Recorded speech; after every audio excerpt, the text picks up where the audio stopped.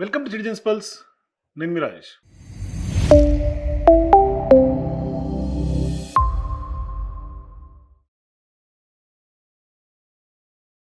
ప్రస్తుతం తెలంగాణలో ముఖ్యమంత్రి రేవంత్ రెడ్డి గారు ఎన్నికలే ఎజెండాగా ప్రజల్లోకి వెళ్తున్నటువంటి సందర్భాలు మనం గమనించవచ్చు.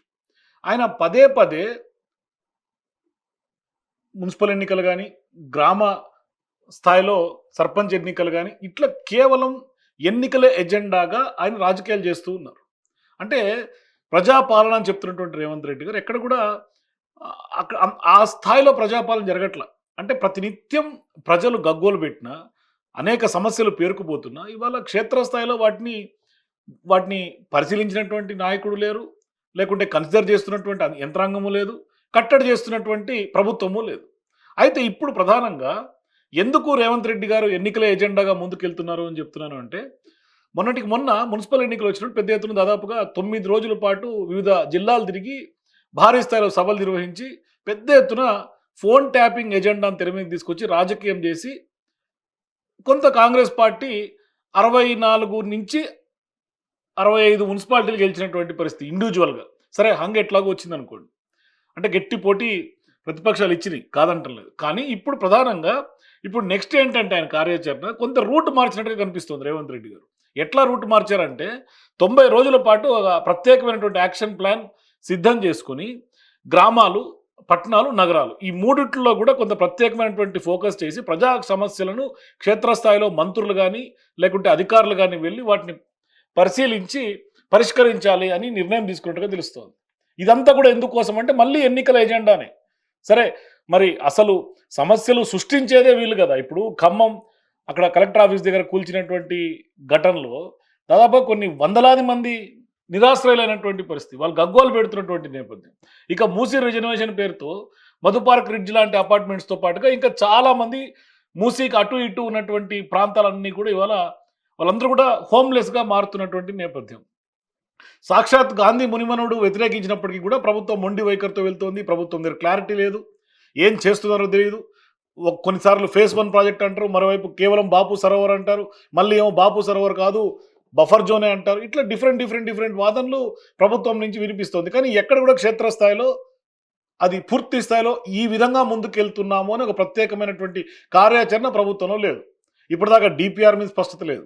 ఇట్లా అనేక అంశాలు ఇక రైతాంగం ఎదుర్కొంటున్నటువంటి సమస్యలైనా లేకుంటే యాసంగికి రిలీజ్ చేయాల్సినటువంటి రైతు భరోసా అయినా ఏది క్లారిటీ లేదు, చేతిలో చిల్లి గవ్వలేదు.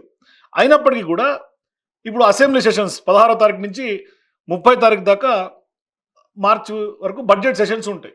సో ఈ బడ్జెట్ సెషన్స్ అయిపోగానే పూర్తి స్థాయిలో సీఎం కానీ, మంత్రులు కానీ, అధికారులు కానీ అందరూ కూడా క్షేత్రస్థాయిలోకి వెళ్ళిపోవాలి.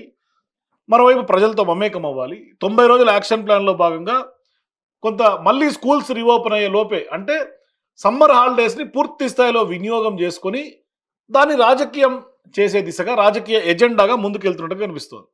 వర్షాకాలం తర్వాత అంటే ఈ గ్యాప్ అంతా కొంత సమ్మర్ హాలిడేస్ అంతా కూడా సమ్మర్లో అంతా కూడా ప్రజాక్షేత్రంలోకి వెళ్ళి కొంత బలమైనటువంటి రాజకీయ ఎత్తుగడతోటి ముందుకు వెళ్ళిన తర్వాత వ్యూహాత్మకమైనటువంటి అడుగులు వేసిన తర్వాత నెక్స్ట్ మళ్ళీ ఎంపీటీసీ జెడ్పీటీసీ ఎన్నికలు అట్లాగే దానికి 3 కార్పొరేషన్లకు సంబంధించినటువంటి ఎన్నికలు కూడా నిర్వహించే యోచనలో రేవంత్ రెడ్డి ఉన్నట్టుగా తెలుస్తుంది.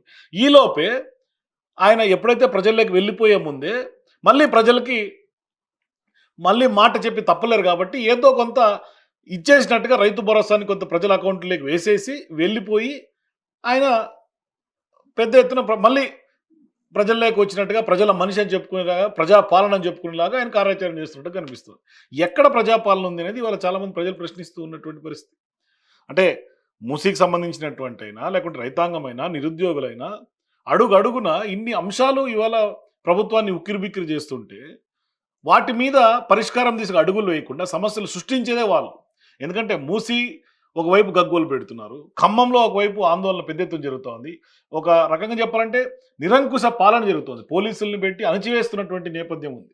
వాళ్ళు నిరాశ్రయులు అయిపోయి గగ్గోలు పెడుతుంటే ఆర్తనాదాలు కనీసం ఈ ప్రభుత్వానికి మానవత్వం ఉన్నటువంటి వాళ్ళు ఎవరైనా చలిస్తారు. కానీ ఈ ప్రభుత్వం చలించట్ల.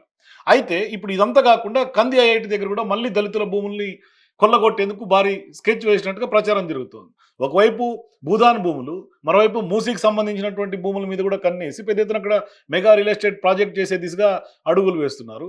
మరోవైపు ఇప్పుడు సంగారెడ్డి కంది దగ్గర కూడా పెద్ద ఎత్తున ఇవాళ ఆ భూములు కొల్లగొట్టేందుకు కూడా దళితుల యొక్క భూముల్ని దానికి సంబంధించి కూడా భూసేకరణకు నోటిఫికేషన్ ఇచ్చినటువంటి నేపథ్యం. అంటే ఏదో ఒక దగ్గర తెలంగాణ రాష్ట్రంలో భూమిని దారదత్తం చేసుకొని వాళ్ళ అవసరాలకు అనుగుణంగా కొంత భూమిని ప్రభుత్వ భూముల్ని లేకుంటే దళితులు గిరిజనుల భూముల్ని తీసుకొని వాటిని పెట్టుబడిగా పెట్టి డబ్బులుగా మార్చి భారీ స్థాయిలో ప్రాజెక్టుల పేరు తెర మీద తీసుకొస్తున్నటువంటి పరిస్థితులు కనిపిస్తుంది. మరి ఇవన్నీ చేస్తున్నటువంటి ఈ ప్రభుత్వం మరి ప్రజలకి ఈ 90 డేస్ యాక్షన్ ప్లాన్లో ఏం చెప్తారు? మళ్ళీ ప్రజల్ని మస్కా కొట్టించే ఆస్కారాలు ఎక్కువ శాతం ఉంటాయి. మొన్నటిదాకా మున్సిపల్ ఎన్నికలు అప్పుడేమో 90 రోజుల్లో అనేది పక్కన పెడితే మొన్న మున్సిపల్ ఎన్నికలు ఏం చెప్పారు? మున్సిపల్ ఎన్నికలు అయిపోయిన తక్షణమే రైతు భరోసా అన్నారు. అయిపోయింది, తక్షణం అయిపోయింది. మున్సిపల్ ఎన్నికలు అయిపోయినాయి, రిజల్ట్స్ వచ్చేసినాయి. ఇప్పుడు మళ్ళీ జెడ్పీటీసీ ఎంపీటీసీ ఎన్నికలు వస్తాయి. అప్పుడు మళ్ళీ పోవాలి అంటే ఖచ్చితంగా దానికి సంబంధించి రైతు భరోసా అనేది వేయాలి. అది వేసిన తర్వాత ఇప్పుడు మళ్ళీ ప్రజల్లోకి వెళ్ళాలి, చెప్పుకోవాలి, గొప్పలు చెప్పుకోవాలి, సెల్ఫ్ డబ్బా కొట్టుకోవాలి. తర్వాత ఇప్పుడు చేసినటువంటి ఈ యొక్క అసలు ఎందుకన్నా గెలిపించినాంరా అని అనుకునే కాడి నుంచి మళ్ళీ ప్రతిపక్షాలను తిట్టి రాజకీయం చేసి మళ్ళీ ఓట్ బ్యాంక్గా మార్చుకొని గొప్పలు చేసినట్టుగా చెప్పుకొని ఒక కొత్త ప్రత్యేకమైనటువంటి కార్యాచరణకి అంటే వర్షాకాలంలో ఎన్నికలు వెళ్ళే అవకాశాలు సూచనలు ఉన్నటువంటి నేపథ్యంలో వర్షాకాలం కంటే ముందే ఈ పర్యటన గేమ్ చేంజర్గా చేసేయాలి అని రూట్ మార్చినటువంటి రేవంత్ రెడ్డి గారు ఆ దిశగా కార్యాచరణ బిల్డప్ చేస్తున్నట్టుగా కనిపిస్తోంది. ఆ దిశగా మనకు సమాచారం అందుతున్నాయి. ఎందుకంటే స్కూల్స్ రీఓపెన్ లోపే ఒక సరికొత్త ప్రోగ్రామ్స్ కంప్లీట్ చేసుకోవాలి, సరికొత్తగా ప్రోగ్రామ్స్ డిజైన్ చేసుకోవాలి. అట్లాగే మరి దానికోసం 90 డేస్ యాక్షన్ ప్లాను, అట్లాగే చేసినటువంటి కార్యాచరణ, చేసినటువంటి పనులన్నీ క్షేత్రస్థాయిలో ప్రజాక్షేత్రంలో ప్రజలు వివరించేటట్టుగా ఇన్డెప్త్గా తీసుకెళ్లాలి అనేది లక్ష్యంగా కనిపిస్తుంది. మరి నిజంగానే ఈసారి ప్రజలు అంత ఆషామాషిగా అయితే లేరు నాకు తెలిసి. ఎందుకంటే చాలా వరకు ప్రజల్లో కొంత అవేర్నెస్ వచ్చింది. ఈ ప్రభుత్వం ఏం చేస్తున్నాయి క్లారిటీ ప్రజలకైతే వచ్చింది. నిజమైనటువంటి మార్పుని ఇవాళ మేము చూస్తున్నాము అని చాలామంది సెటేరికల్గా చేస్తున్నటువంటి స్టేట్మెంట్ సోషల్ మీడియాలో బాగా వైరల్గా మారుతున్నాయి. మరోవైపు అనేక అంశాల్లో ఇవాళ నిధుల విషయంలో కానీ లేకుంటే రాష్ట్రానికి అప్పుల విషయంలో కానీ ఇదంతా కూడా పూర్తి స్థాయిలో అర్థమైపోతుంది. అంటే రీసెంట్గా కాళేశ్వరం సంబంధించినటువంటి అంశం అతిపెద్ద చర్చ జరుగుతుంది సోషల్ మీడియాలో. ఏంటి చర్చ అంటే కాళేశ్వరం మీద కూడా కొంత గొప్పలు చెప్పుకునే పరిస్థితికి వెళ్ళే అవకాశం ఉంటుంది. ఎందుకంటే మరి నాకు తెలిసి రేవంత్ రెడ్డి గారు తీసుకొచ్చినటువంటి అప్పులు తీసుకొచ్చి మళ్ళీ మిత్తులు కడుతున్నటువంటి నేపథ్యం ఎక్కువ శాతం కనిపిస్తోంది. మరి చూడాలి మరి ప్రభుత్వం ఏ దిశగా ముందుకు వెళ్తుంది అనే అంశాల మీద. మొత్తం మీద ఇది ఒక ప్రత్యేకమైనటువంటి కార్యాచరణతోటి 90 డేస్ యాక్షన్ ప్లాన్ అయితే సీఎం రేవంత్ రెడ్డి డిజైన్ చేసుకుంటున్నారు. మరి ఎట్లా ముందుకెళ్తారు, ఏ విధంగా మరి దీన్ని ప్రజల్లోకి తీసుకెళ్తారు, మరి ఇంపాక్ట్ ఏ విధంగా ఉంటుంది అనేది వెయిట్ చేసి చూడాలి. ఈలోపే కొంత మళ్ళీ ప్రతిపక్షాల మీద కేసులు ఎగదోసే అవకాశం కూడా ఉంటుంది. చూద్దాం మరి ఏం జరగబోతుంది. మీరు కూడా మీ అభిప్రాయాల కింద కామెంట్స్ తెలియజేయండి. For more videos please watch citizens pulse.